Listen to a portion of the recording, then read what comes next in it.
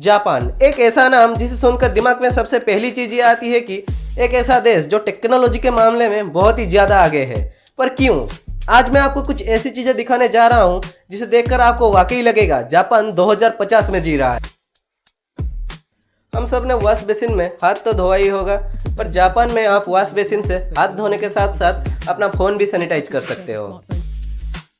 Japan के लोग invention करने में इतना आगे है कि वहाँ पर जो ट्रैफिक पुलिस होते हैं उनके जैकेट्स में एसी लगे होते हैं ताकि धूप में खड़े रहने पर उन्हें गर्मी ना लगे।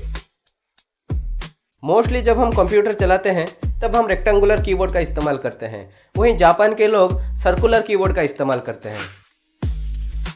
जापान की जो कार पार्किंग सिस्टम है वो पूरी दुनिया में सबसे यूनिक है।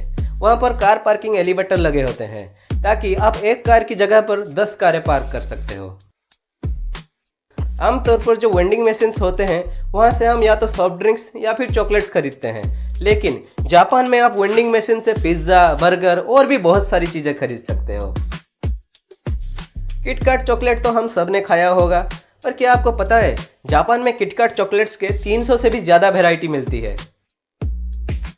क्या आपको पता है आपने आज तक जितने भी एनिमे शोज देखे हैं उनमें से ज़्यादातर एनिमे शोज जापान में बनाए जाते हैं।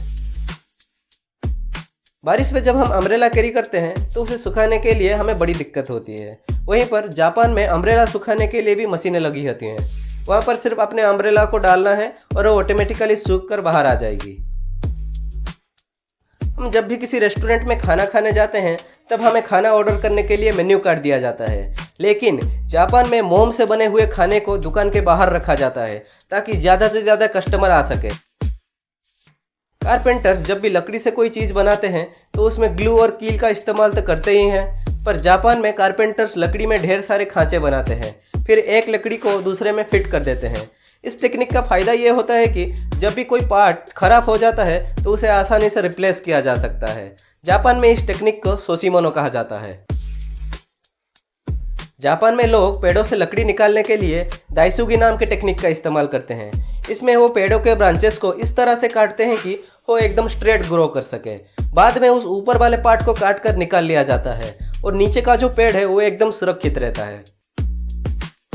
जहाँ पर किसी इंडस्ट्री को 5 साल तक चलाने के लिए लोगों के पसीने छूट जाते हैं, वहीं पर आपको जापान में दुनिया की सबसे पुरानी इंडस्ट्री देखने को मिलेगी। इसका नाम है कोंगोगुमी और ये जापान की एक कंस्ट्रक्शन कंपनी है और ये 1400 साल पुरानी है। अगर हम पब्लिक टॉयलेट्स की बात करें तो आपके दिमाग में शायद कुछ ऐसी तस्वीरें आएंगी, लेकिन जापान में कुछ इस तरह के पब्लिक टॉयलेट्स देखने को मिलते हैं। वहाँ पर पब्लिक टॉयलेट के आप आर पार आराम से देख सकते हो ताकि वहाँ पर साफ सुथरा है या नहीं आप जान सको, लेकिन जब आप इसके अंदर जाते हो इसके आर पार दिखना बिल्कुल बंद हो जाता है। अगर हम जापान की ज्योग्राफिकल लोकेशन की बात करें तो ये 4 टेक्टोनिक प्लेट्स के ऊपर खड़ा है। साथ ही साथ यहाँ पर 100 से भी ज़्यादा एक्टिव वोल्केनोज देखने को मिलते हैं, जिस वजह से जापान में अक्सर भूकंप आते रहते हैं। इसीलिए यहाँ की जो बिल्डिंग्स है उसे सेस्मिक आइसोलेशन नाम के टेक्निक से बनाया जाता है, जहाँ पर बिल्डिंग्स के नीचे रबर बेरिंग्स को लगाया जाता है ताकि जमीन हिलने पर बिल्डिंग्स ना हिले। जापान के लोगों की एक खासियत ये है कि वो बहुत ही टाइम पंक्चुअल है, जिस वजह से वहाँ पर ट्रेन कभी भी लेट नहीं होती। गर्मी के मौसम में हम सब ने वाटरमेलन तो खाया ही होगा, जो कि आमतौर पर गोल आकार का होता है, लेकिन जापान में वाटरमेलन क्यूबिकल शेप में मिलते हैं जो कि खाने में और देखने में बहुत ही ज़्यादा मज़ेदार होता है। जहाँ पर हम किसी भी जार के ढक्कन को अपने हाथों से बंद करते हैं, वहीं पर जापान में ढक्कन को जार के ऊपर रखने पर वो ऑटोमेटिकली बंद हो जाता है। अगर आपको ये वीडियो अच्छा लगा तो लाइक कीजिए और कमेंट कीजिए अगली बार आप किस देश के बारे में जानना चाहेंगे।